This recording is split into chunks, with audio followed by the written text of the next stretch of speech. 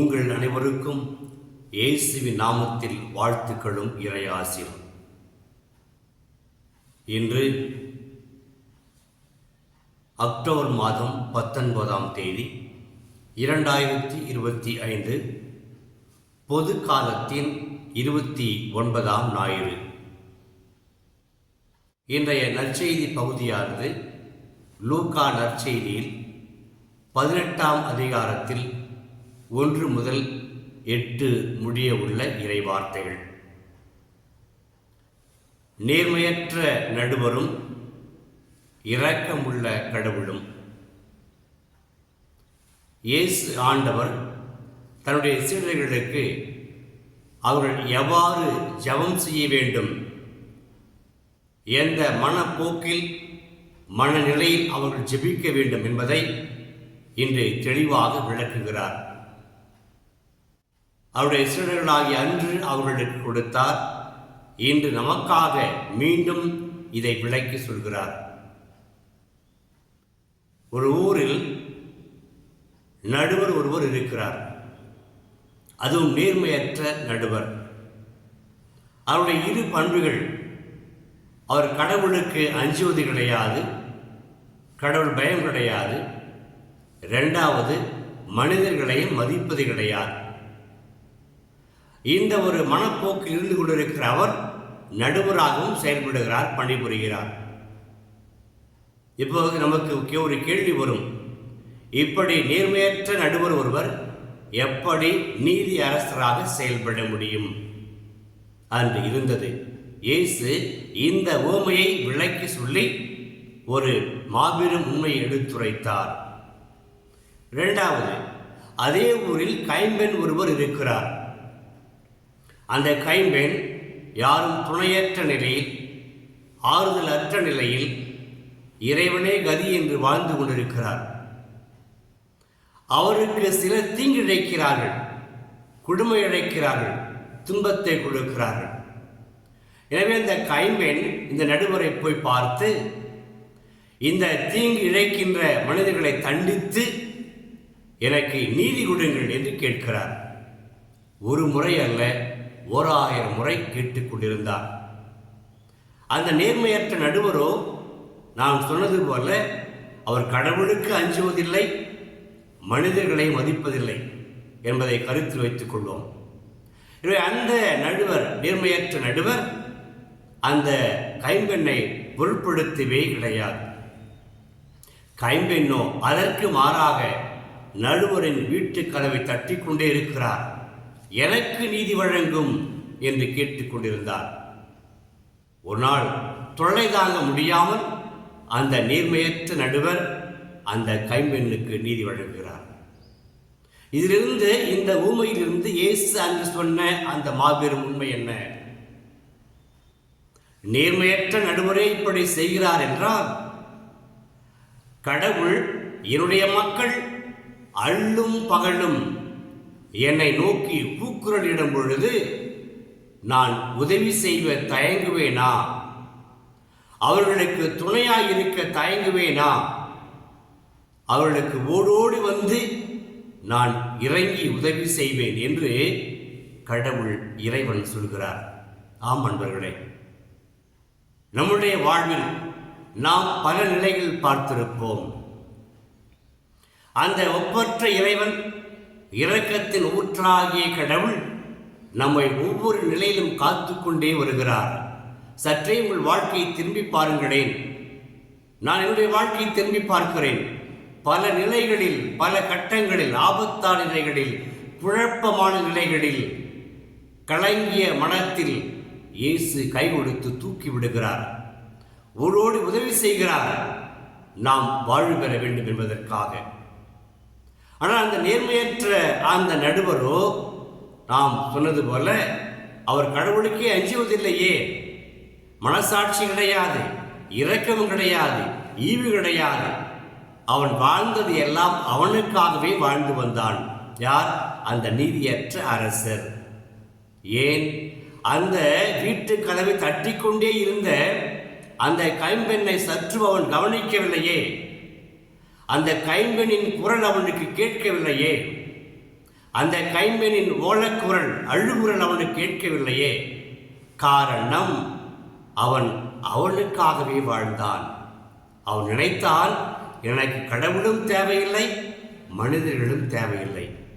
இப்போ என்ன ஒரு கொடூரமான மனப்பான்மை பாருங்களேன். அவனுடைய மனப்பான்மை, எனக்கு நானே ராஜா, யாரும் கேட்க முடியாது, நான் வாழ்வேன் என்று வாழ்ந்து கொண்டிருந்தான். ஆனால் அந்த கைம்பெண்ணோ சற்றை யோசித்து பாருங்களேன். ஓயாமல் தட்டி கொண்டிருக்கிறாள். அதுவும் மனம் தளராமல் தட்டி கொண்டிருந்தார். யார்? நடுவரின் வீட்டு கதவை. வேறு வழி இல்லாமல் நேர்மையற்ற நடுவர் அவருக்கு உதவி செய்தார். இன்று இயேசு நமக்கு கொடுக்கிற இந்த அற்புதமான செய்தி, நீங்கள் ஜெபம் செய்யுங்கள், இறை வேண்டல் செய்யுங்கள். இறை வேண்டலில் தான் உங்கள் குரல் ஆண்டவர் கேட்கிறார், நிச்சயம் கேட்பார். அந்த இறை வேண்டல் எப்படி இருக்க வேண்டும்? இரு பண்புகளை கொண்டிருக்க வேண்டும். ஒன்று, மனம் தளராமல் ஜெபியுங்கள்.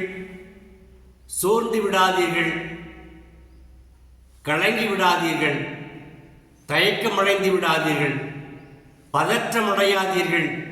என்றால் உங்களை காக்கும் இறைவன் உங்கள் குரலை கேட்டுக் கொண்டிருக்கிறார். ஒன்று. இரண்டாவது, எப்போது நாம் ஜெபம் செய்ய வேண்டும் என்ற கேள்விக்கும் இயேசு பதில் கொடுக்கிறார். எப்பொழுதுமே செய்யுங்கள், எப்பொழுதுமே ஜெபம் செய்யுங்கள். வெற்றியிலும் தோல்வியிலும், குறிப்பாக தோல்வியில் அவரை பிடித்துக் கொள்ளுங்கள். எப்பொழுதும் ஜபித்துக் கொண்டே இருங்கள். உங்கள் கூக்குரல், உங்கள் குரல், உங்கள் அழுகுரல் ஆண்டவரின் கதவை தட்டி கொண்டே இருக்கட்டும். அவ்வாறு இருக்கிற பொழுது இறைவன் ஓடோடி வருவார் என்று இயேசுவே இன்று நமக்கு ஜெபிக்க கற்றுக் கொடுக்கிறார். எனவே மனம் தளராமல் எப்பொழுதும் நாம் இறைவனை கேட்டுக் கொண்டிருப்போம். ஒன்றை புரிந்து கொள்ளும் நண்பர்களே, அந்த கைம்பெண் அந்த தனக்கு தீங்கிழைத்த நபர்களுக்கு அவர்களுக்கு தண்டனை கொடுங்கள் என்று கேட்டார். ஆனால் அந்த நேர்மையற்ற நடுவரை பார்த்து அவர்களை கொலை செய்யுங்கள் அல்லது அவர்களுக்கு ஆயுள் தண்டனை கொடுங்கள், அவர்களை கடுமையாக தாக்கி கொடூரமாக கொலை செய்யுங்கள் என்று நாம் கேட்கவில்லை. அந்த கைம்பெண்ணின் இரக்க குணத்தை பாருங்களேன். தனக்கு அவர்கள் தீங்கிழைத்தாலுமே அந்த கைம்பெண் அந்த நடுவரை பார்த்து கேட்கிற பொழுது, எனக்குரிய நீதியை பெற்றுக் கொள்ளுங்கள், நான் கதறி வாழ்ந்து கொண்டிருக்கிறேன், ஆனாலும் அந்த எதிரிகளை நீங்கள் கொலை செய்ய வேண்டாம், அவர்களுக்கு ஒரு வாய்ப்பு கொடுங்கள். இதற்கு மனம் மாறுவதற்கு. அங்குதான் அந்த கைம்பெண் உயர்ந்து நிற்கிறாள்.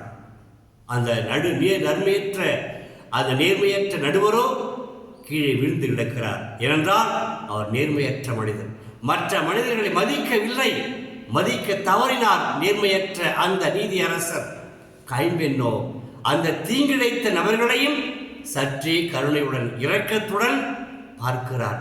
அவர்களுக்கு தண்டனை கொடுங்கள், ஆனால் அவர்களை கொலை செய்யாதீர்கள், ஆயுள் கொலை கூட கொடுக்காதீர்கள், ஆயுள் தண்டனையும் வேண்டாம், கொலையை செய்ய வேண்டாம், ஆனால் எனக்கு நீதி கொடுங்கள் என்று அவர் அன்போடு கேட்டுக்கொண்டார். உண்மையிலேயே அந்த கைம்பெண்ணின் மனப்பான்மை மிக மிக உயர்ந்தது. கடவுள் அவரை பாராட்டுகிறார்.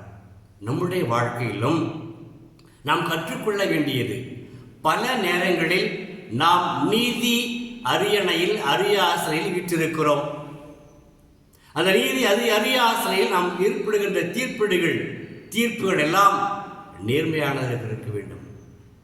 நாம் நீதி அரசர் என்ற நிலையில் நம்முடைய மனசாட்சி இருக்க வேண்டும், இறைவனுக்கு பயந்திருக்க வேண்டும், மற்றவர்களை மதிக்க கற்றுக்கொண்டிருக்க வேண்டும். நாம் சொல்லுகின்ற ஒவ்வொரு அந்த விமர்சனமும், நாம் பிறர் மீது சாட்டுகின்ற அந்த குற்றச்சாட்டுகளும் பிறரை பாழ்படுத்தக்கூடாது, பிறரை வாழ வைக்க வேண்டும்.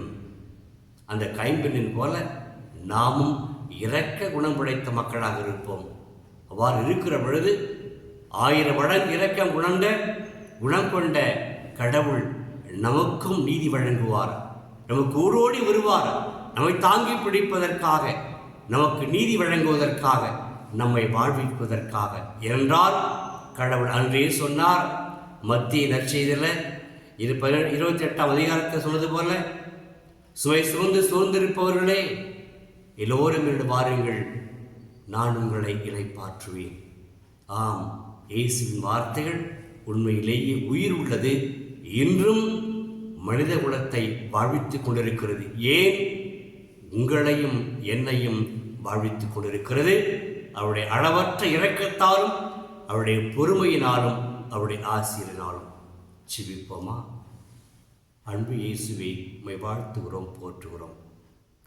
நாங்கள் எங்கள் வாழ்வில் உமக்கு பயந்து,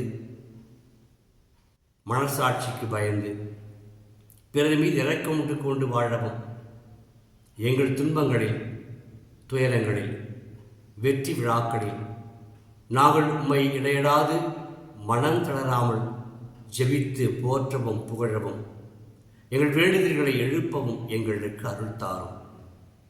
இவற்றை உம் உயிருள்ள மகன் இயேசு கிறிஸ்து வழியாக ஜெபிக்கிறோம் தந்தையே.